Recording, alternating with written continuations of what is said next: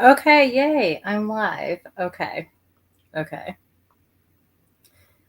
This is me practicing streaming, hopefully, wrestling content.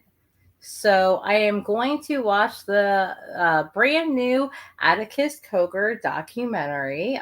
As many of you know, he is my favorite wrestler right now. So I have this shitty setup right now. I'm gonna watch it on my TV here to practice streaming, but here we go. I'm about to hit play, so let's watch together.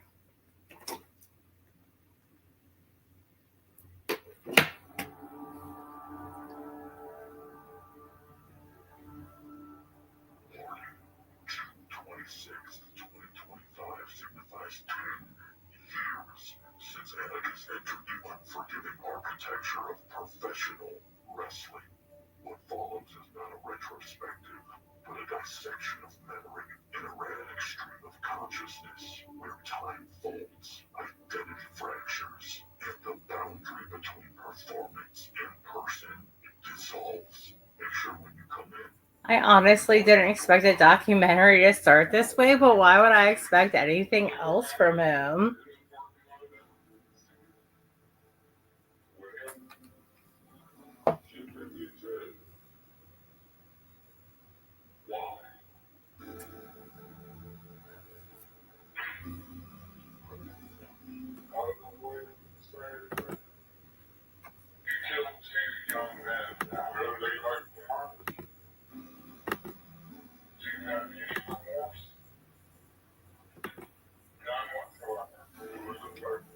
I honestly don't know how to reply to shit yet, so I am sorry for my practicing, but I see that Mike is here, so thank you. I'm pretty sure Taylor is here, so thank you.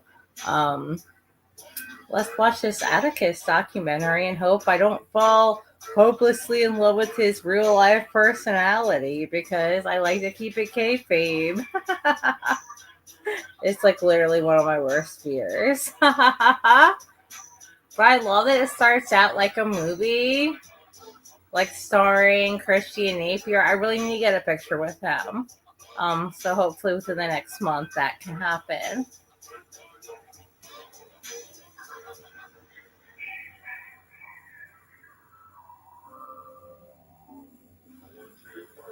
But Mike, if you're still here, I appreciate you being here because I have no idea.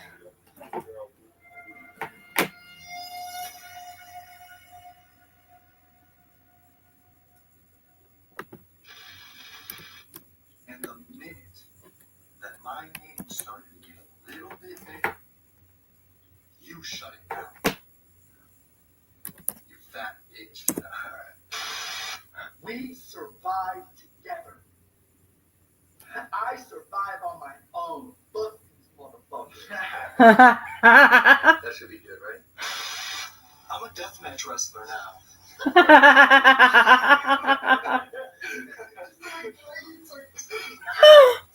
I can't see what my issue is. Get the fuck out of here.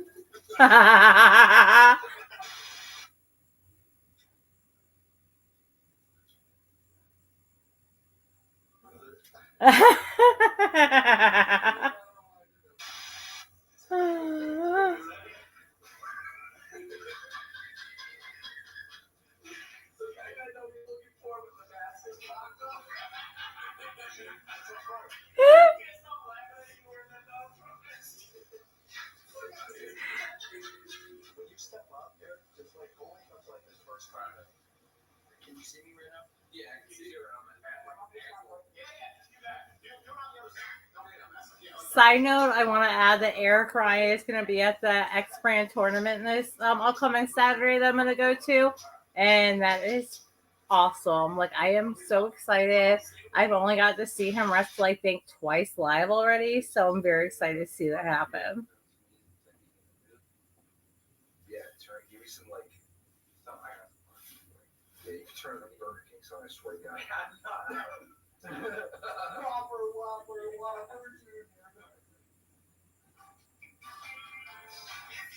Pina coladas. Getting lost in the rain. One piece of advice to your younger self right before stepping into the wrestling industry. What would it be and why?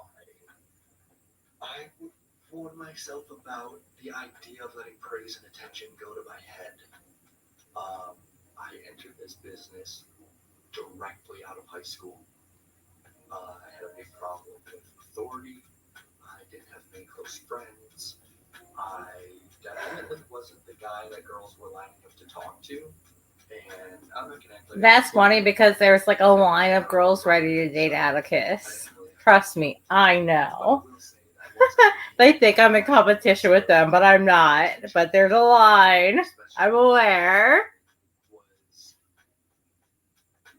fun but overwhelming for somebody that's my age. I made some reckless choices and probably did more harm than good. So it took a lot of self-reflection to understand how that affected me, how that affected other people. So my advice to my younger self would be to stay grounded and don't let validation define you. Give that people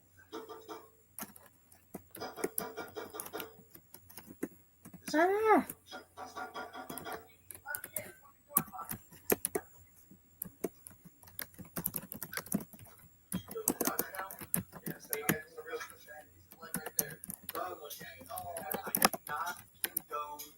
Gun violence.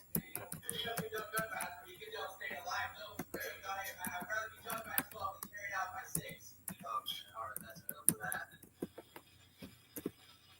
Just spit some shit. I want to see if this mic works here. Oh, it's the doggies bone. Wow, look at that. We've been there. Yeah, closed down. Alright, Taco Bell. Taco Belly. Probably up until I was at least 16 years old, I was here every single solitary day. A lot of fights, a lot of drugs. I was just telling someone that I watching this and I don't want Atticus to be funny. I don't know. That's what I'm saying. Like, oh, you have a sense of humor? Like, please don't tell me you're a sarcastic asshole half the time, too. Like, I just want to think of him as a wrestling genius who's mastered psychology. I used to be like this, real fights, real fucking big. Dude, how do big motherfuckers get in here? No, there's a weight limit. No Sam Stackhouse coming to them. I tried to skateboard once, and I thought I was getting the hang of it, and then my brother was like, maybe you're goofy footed, and then I tried, and I crashed, so I never tried skateboarding again, ever. And yeah, I guess that was like, what, 23 years ago? It literally consumed my brain as like a kid and young teenager. This skate park, we call it NOSP. That's where it all started for me. I mean, I've been coming to this skate park since I was 5 years old. I mean, this place taught me how to skate, but it also taught me a lot about life. I mean, most of my I hear a lot of people who say that about skateboarding, to be honest. Like, I know a lot of people at my age that have gotten back into it because they feel like some kind of cathartic whatever from it. There's probably like a catharticism, that's the word, but yeah, that's how they feel from it. So that's awesome, and I love it. I want everyone to do what makes them happy. So I'm glad that like me and others have this kind of outlet. So I don't usually get to go out as much, but in the summer I try to get out when I can. I mean, these days I have to be a little more careful, getting older, falling actually. Oh my God! Plus, I've got a job as a professional wrestler. What do you mean you have to be careful skateboarding at your age? What the fuck? I know I'm the funny one who made the Cougar for Cogar sign, but I didn't even know how old he was until he put 1997 on his pants, which is 12 years after I was born. If I can handle this shit, you can handle this shit. Keep skateboarding, brah. Teeth kind of chattered. Cool bitch. Alright. What did you say? I didn't say go. Oh, well, Brett, you started backing up. Bob, footage of you away from the table. Because I think it's funny. Oh, yeah, by myself? Yeah. Until he gets it. You want me to back up more? Shove it in. Alright. What are you shoving in? Come on, man. It's your son. Alright, let me look back like I'm annoyed or depressed, like, you know, Ricky was being a dickhead to me or something, you know? Yeah, just think about reality right now. Yeah. I want to know more about this sandwich, to be honest. Shut the fuck up. I also, I guess, want to know more about the bike with like the tricycle wheels, but also the like grinding. I don't even know what you call them, like the grinding kind of bars. Like, yeah, I need to know more.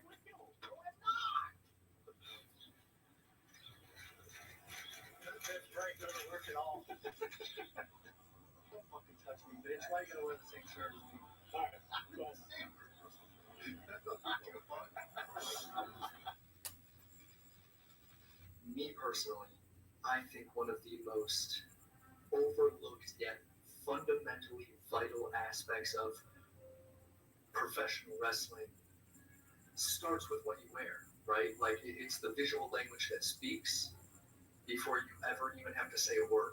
Makes a good It point. tells the audience who you are or who you want them to believe you are, right? Ah! Take the time to They design. showed the Hammer signed photo. Him dressing up as other wrestlers is awesome. Him coming out as Janela at COS was fucking awesome. Everyone around me thought I was nuts because like they don't think they knew it was him, but I'm like, oh my god, I was like losing my mind. It was so cool. It's actually the only pictures I took that weekend. Like I took a couple of videos, but pictures I took was of Atticus dressed as Janela. I loved it so much. A great wrestler without a strong look is like an actor in like the wrong costume. Oh my god, him equating acting and wrestling. Like, wrestling is just art to me. It's art. He's an artist, and I love it. It creates like Okay, I'm gonna call. I am going to calm down. And that's when you know like pro wrestling is. Wait, how do I have 279 views on a random try it out viewing? I don't know. Okay, but hopefully we're all watching this because I'm having a good time.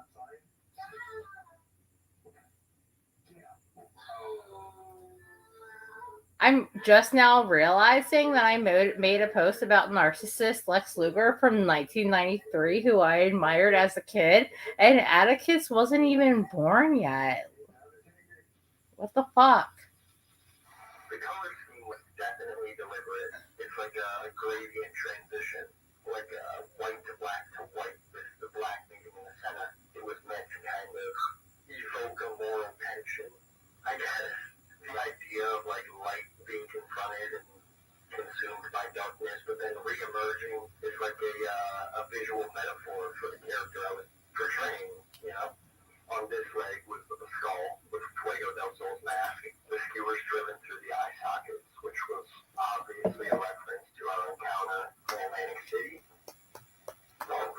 I love that storyline.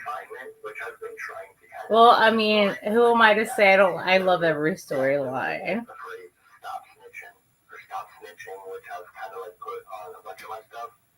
I guess it's a blunt message. It shows my hatred or my distaste for betrayal. On the back of the pants, I have my birth year, which I put on most. That's what I'm saying. The 1997. I saw that. I was like, no, I'm so old. That's what I'm saying. He doesn't even know about the Lex Luger metal arm thing unless he went back, which he probably did. I don't want to deny him. But, yeah. Symbol of like corruption, false identity. I had like the last nail, which was like a moniker that I gave myself, signifying my role as like the final blow, closing chapter, the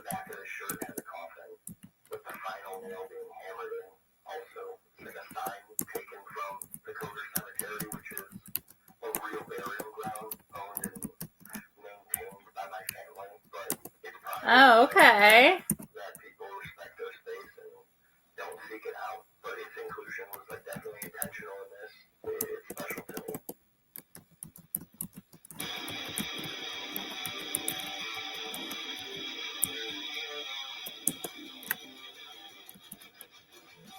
My favorite flavor of popsicle is dick.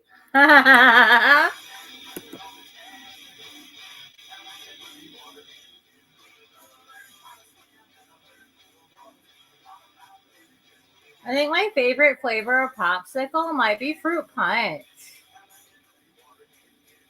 What's your favorite flavor of popsicle?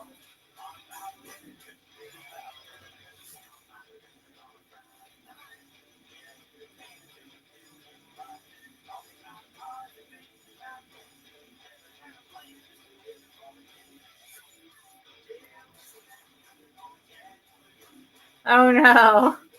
He gets me with the mask every time. I hate it.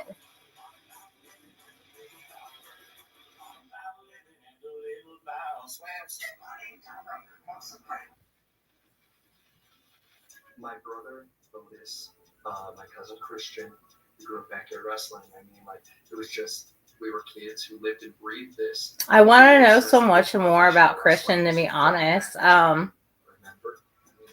Otis has in Deathmatch what I loved in Atticus in Deathmatch, and I think a lot of people don't notice it, but they have the in-ring psychology. And a lot of people, like, let's say a spot doesn't go right and they try and redo it instead of just acting like it's a real fight. And everyone in the Cogars, like 404, all of them, like, they know how to make it look like a real fight. And that's what I love about them. And people think it's other than that, but like Atticus isn't doing deathmatch, but I will always love to see Otis in every single deathmatch because everything always makes sense. The psychology is there. If something doesn't go right, he just picks up and moves on to the right, that like the next thing, and it's just like a real fight. And I love that. I love that so much. My favorite thing, this is why I'm addicted to Atticus, is the fucking psychology. And when you see this and say, oh, he started in backyard or he started in deathmatch, like, it's insane because this is so, I mean, he's a genius to me. Better if I just showed you.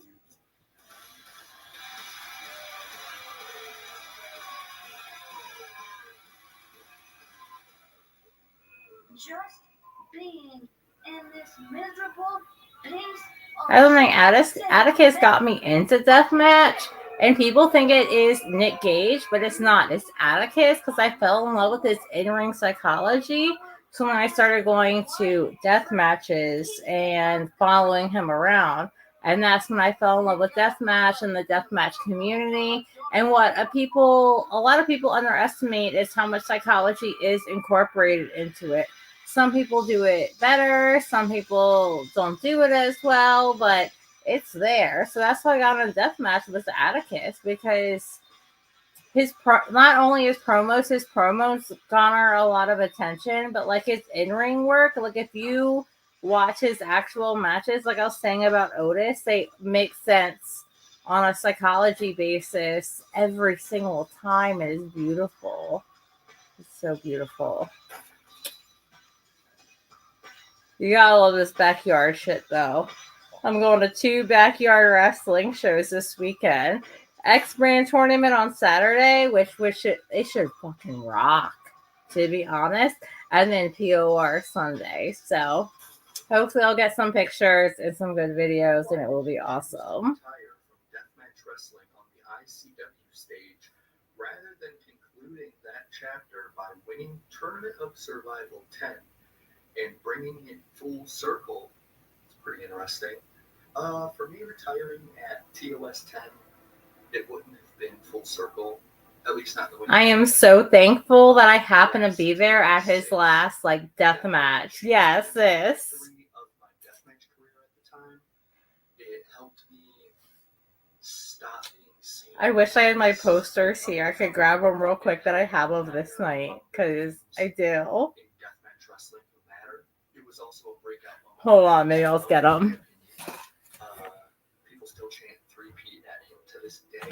That match definitely became something bigger than both of us. But honestly, I had my full circle moment with Alex wrestling him at Wrestling Revolver in 2024. I literally just put them in poster frames. If you haven't seen it, you should definitely check it out. But one of the best weekends of my life. But here we go. Yay!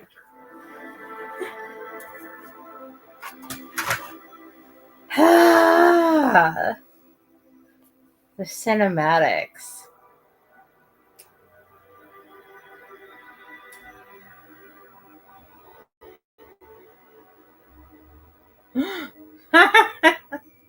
I shouldn't laugh at someone and be like, ow, this hurts in slow motion, but here we are. All little sickos, I guess.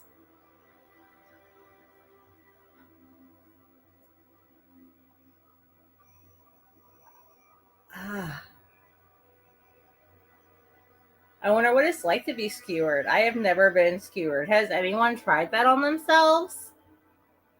Skewer that bitch. Oh, wait, that looks bad. Okay, no, not in that way. This is why I need to practice streaming, so I don't do things like that. As for why I chose to end my deathmatch career at ICW, it just felt right. You know, I poured so much. I heard I'm in this, so I wonder when I'll show up. And had some of the most brutal death matches I've ever had in that company. I'm still the longest reigning American Deathmatch champion in that company's history. I do have that DVD as well. The UK DVD. I really need to rewatch it though because beautiful. And I was lucky enough they sent you like trading cards in the DVD, and I did get a brother versus brother trading card. So I really need to get Atticus and Otis to sign that. I also got a Drew Parker card, and which I'm guessing he'll be at Homecoming since that was one of the passwords for the Patreon pre-sale for GCW tonight. And then it was a team ICW versus Rise, where it's like D'Amano, MM3, Tommy Vendetta, and my friend Mittens. So I hope to get all them signed within the next few months. To evolve and show a different side of what I can do and a different side of what I can create. You know, like deathmatch wrestling, build my name. But it's what I'm doing now and what I'm going to do next that, in my opinion, truly redefines it.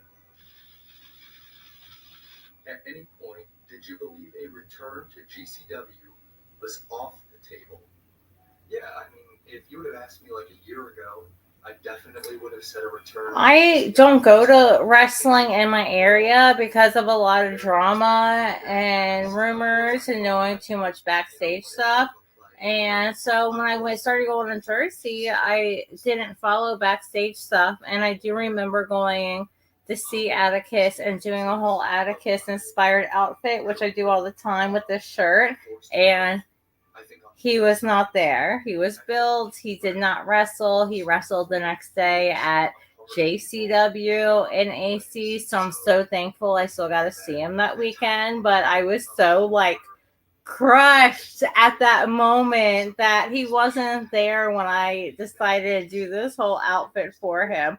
But I got to redo it for 7 and got to see him wrestle live versus Drake Younger.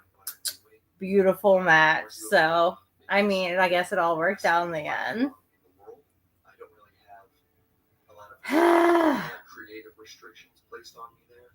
So I'm able to like really take risks and I'm able to push things as far as I want them to go. Cracks me up. I love him so much. Okay, let's see what's going on. I'm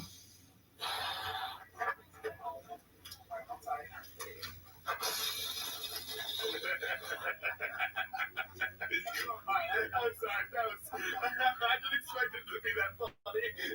Oh, wait a minute. Do I look bald on this side? That's my bald. Okay. It's worse on this side. I'm so sensitive about it. All right? So what? I'm sure you were sensitive about it for a long time. 10 years. Yeah. Hold up. I'm sorry. It's okay. Let's normalize men's receding hairlines because it's a part of life and it just means you have more testosterone. So just brag about it, babe.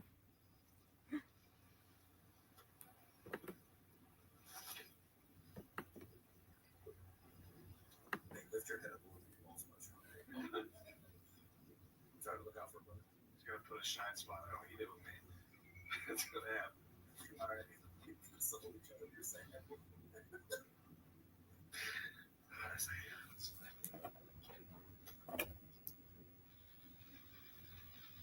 What were the key factors that led to the decision to bring 440 to an end, and how did that chapter shape you? Ending 440 was definitely one of the hardest decisions we've ever had to make, but it was necessary. You know, that faction was more than just a wrestling angle. It was real. It felt close. It was close. It was a movement. It was a shared struggle. It was like the hunger to leave a mark that couldn't be erased.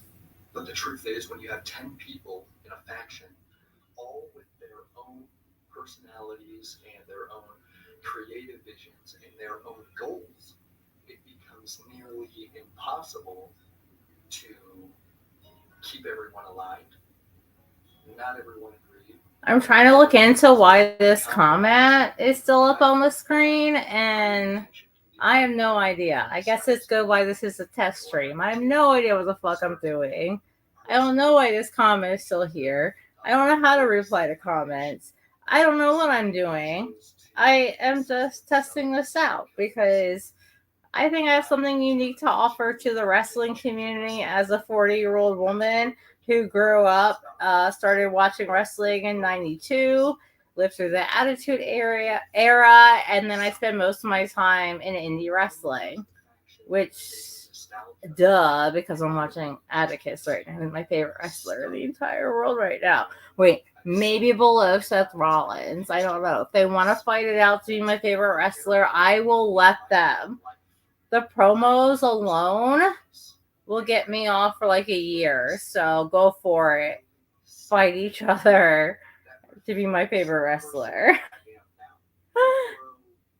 Is always going to be a huge part of my story.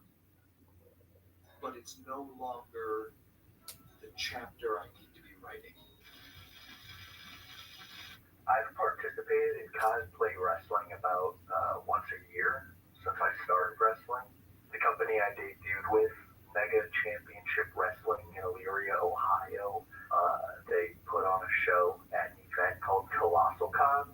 I've never heard of this mega wrestling promotion. Myself, but I guess I can understand why people enjoy it.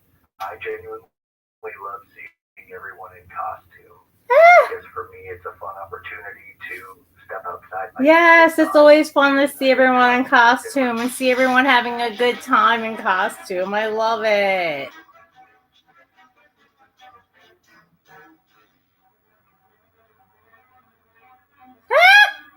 Oh my god, I don't even know what to do with this right now.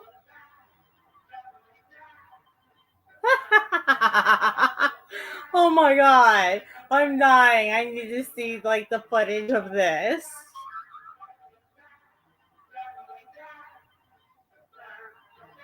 What? Oh my god, I need to see the footage of this. This is incredible to me. They're like the most like badass people in wrestling in my eyes. So, oh my god. I need to see. I need to see that. Oh my god. Oh.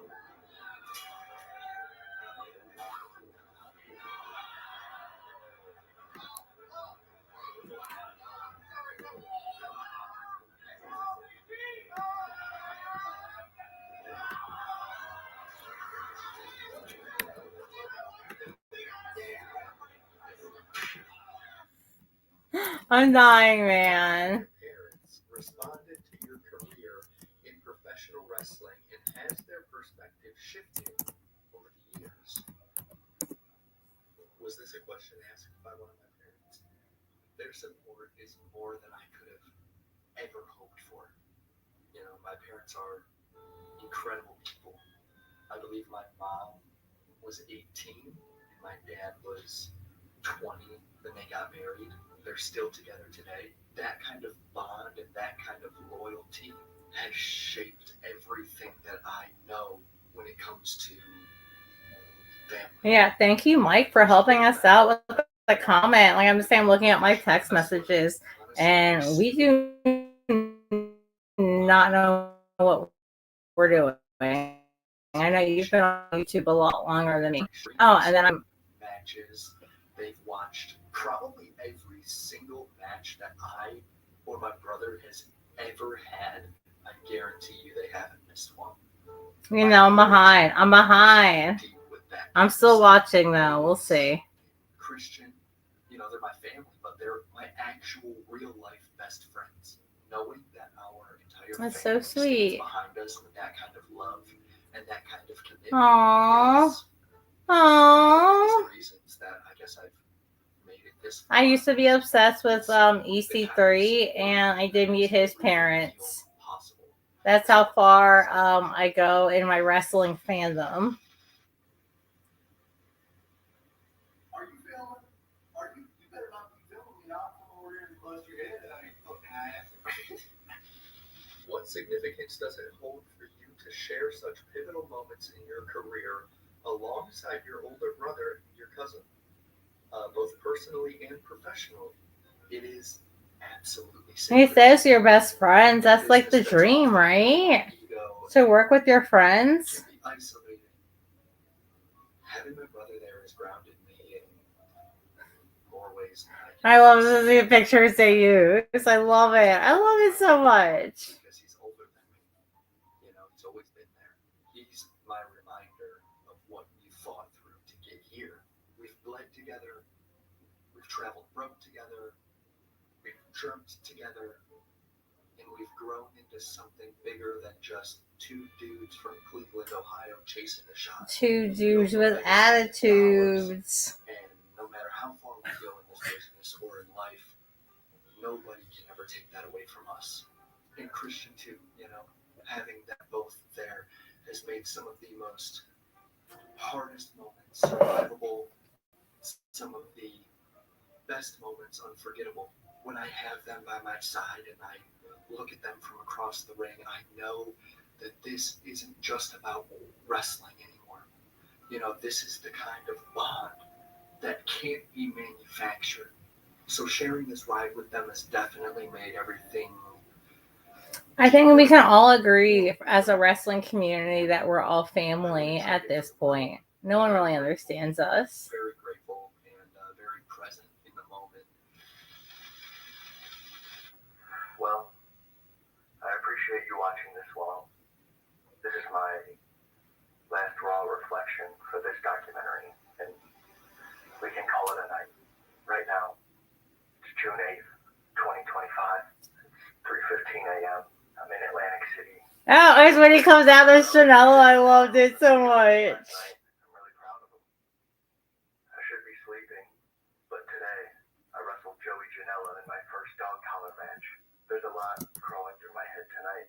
I never got along with Joey when I left Game Changer Wrestling. It was because of him. He escalated what could have been a conversation that he shouldn't have even been a part of. He said, Yes, you can see me. I'm so happy.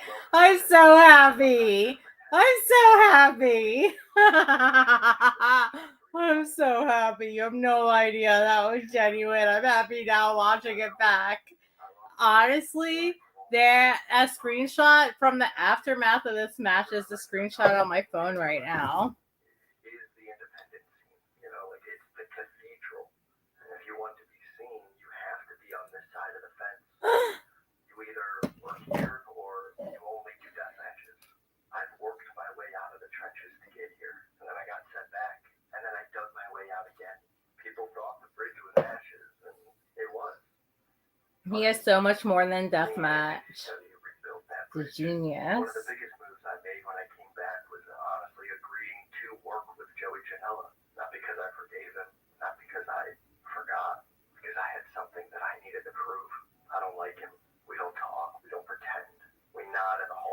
like I can't imagine talking to anyone, to be honest. I brought my family. But I've already given him a hard time about that. Look, I'm not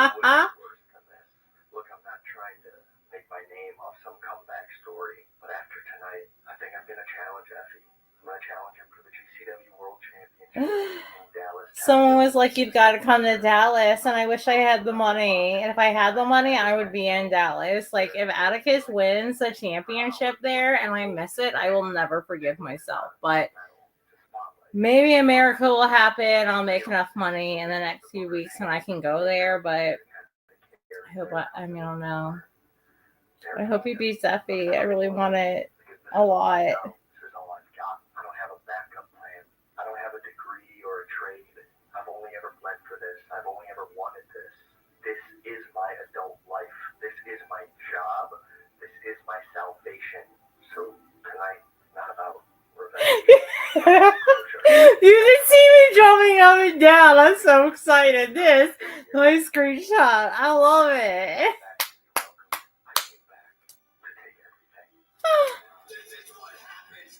I lost a nail clapping. Ah.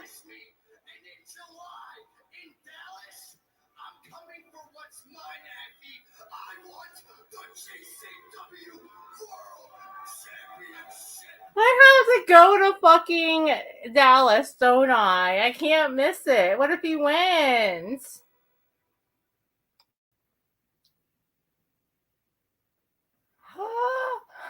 Okay. So, all right. So, documentary ended.